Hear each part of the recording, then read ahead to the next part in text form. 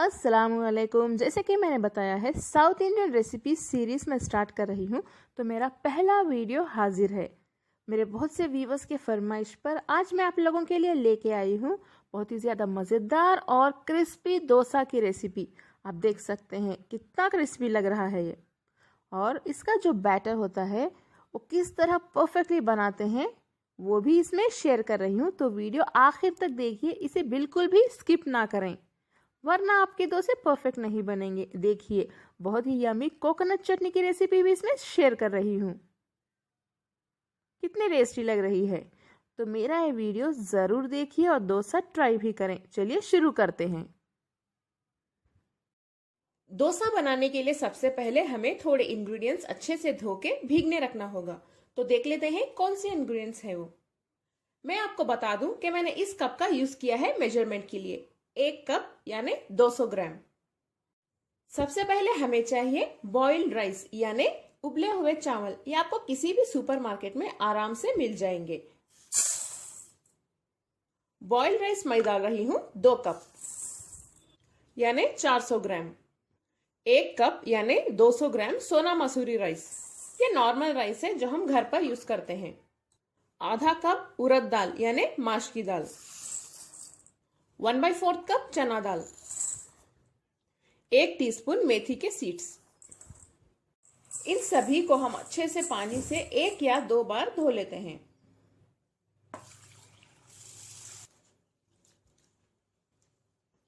इसे पानी से 2 बार अच्छे से धोने के बाद भीगने के लिए रख दें 8 घंटों के लिए। 8 घंटे हो चुके हैं। देखिए, ये कुछ इस तरह से लगेंगे। अब ये पीसने के लिए रेडी हैं। इसे हम मिक्सर के जार में डाल देते हैं पीसने के लिए।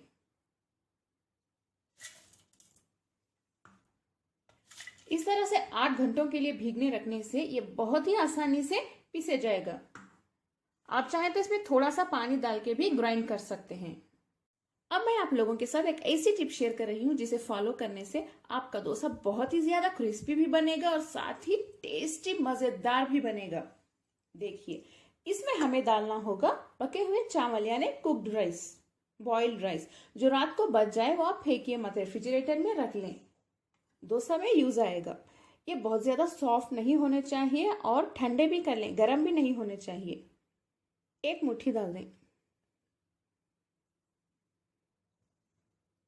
थोड़ा सा पानी डाल के इसे हम पीस लेते हैं। बैटर बहुत ज्यादा बारीक भी नहीं होना चाहिए और बहुत ज्यादा मोटा भी नहीं। देखिए, डोसा बैटर हमारा तैयार है। इसकी कंसिस्टेंसी आप देख सकते हैं। डोसा बैटर को हम इस वेसल में निकाल लेते हैं। इसकी कंसिस्टेंसी देखिए।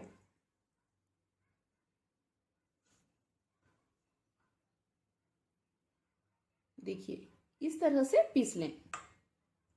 अगर आपको ये बहुत गाढ़ा लगा तो डोसा बनाते वक्त थोड़ा सा पानी भी हम इसमें मिक्स कर सकते हैं।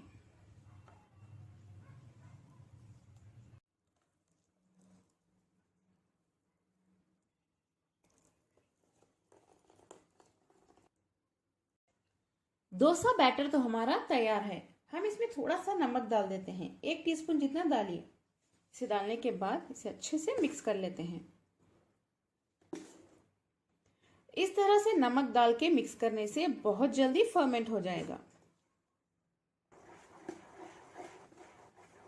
इसके ऊपर लिड बंद करके हम इसे फर्मेंट होने के लिए रख देते हैं।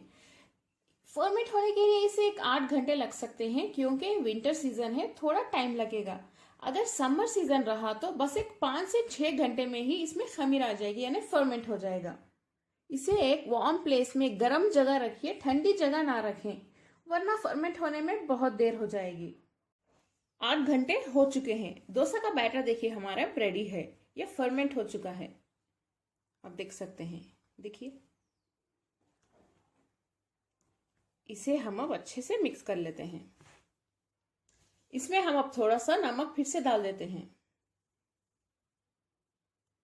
नमक डालने के बाद मिक्स कर लें, फिर से अच्छे से मिक्स कर लें।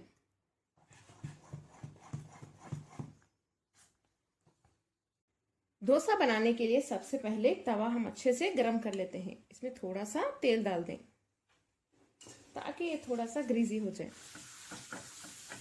देखिए इस तरह से स्प्रेड कर लें टिश्यू पेपर की मदद से या एक कॉटन के कपड़े की मदद से। जब तवा अच्छे से गर्म हो जाए फ्लेम को लो पे रख के इसमें डोसा बैटर डाल दें। अगर आपको डोसा पतला चाहिए तो बैटर में यानी डोसा बैटर में थोड़ा सा पानी मिक्स कर लें। बाद इसे हम अच्छे से स्प्रेड कर लेते हैं।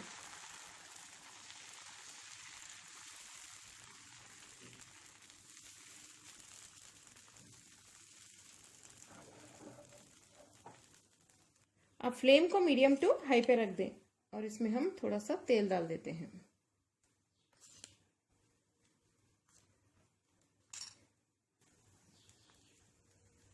इसे देखिए धीरे से इस तरह से प्रेस करते रहिए ताकि इस साइड ये कच्चा ना रहे। तवे को थोड़ा सा इस तरह से टर्न करते रहिए ताकि हर साइड ये अच्छे से पक जाए, क्रिस्पी बन जाए। देखिए बहुत अच्छे से ब्राउन हो रहा है, आप देख सकते हैं। जब ये अच्छे से ब्राउन हो जाए देखिए इस तरह से इसे निकाल लें।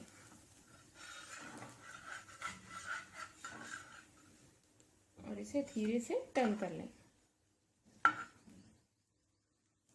फ्लेम को लो पे रख दें।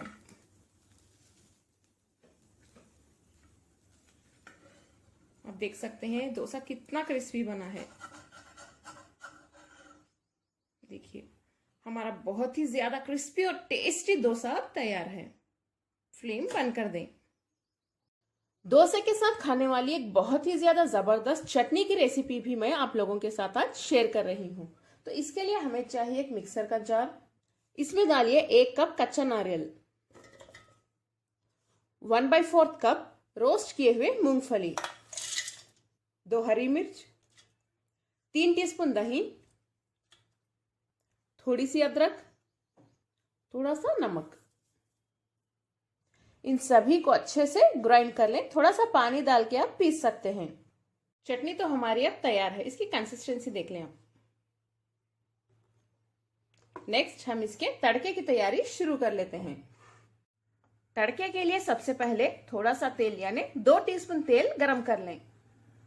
तेल गरम हो चुका है, इसमें थोड़ी सी राई डाल दें, आधा टीस्पून से भी थोड़ा कम, 2 लाल सूखी मिर्च, थोड़े से करी पत्ता। टेम्परिंग तो हमारी तैयार है। टेम्परिंग को हम चटनी में डाल देते हैं। इसे डाल के अच्छे से मिक्स कर लें। आप एक बार नमक चेक कर लें, अगर आपको कम लगा तो इस वक्त भी आप थोड़ा सा डाल के मिक्स कर सकते हैं। उम्मीद है आपको मेरा आज का ये वीडियो पसंद आया होगा। अगर आपने मेरे चैनल कुक विद फेम को सब्सक्राइब नहीं किया है तो जाइए अभी सब्सक्राइब कर लें मज़ेदार रेसिपीज देखने के लिए। बेल आइकॉन भी प्रेस कर दें अगर ना किया हो तो। इस वीडियो को लाइक करें, अपने फैमिली और फ्रेंड्स के साथ शेयर भी करें, लेकिन कमेंट करना ना भूलें। अस्सलाम वालेकुम।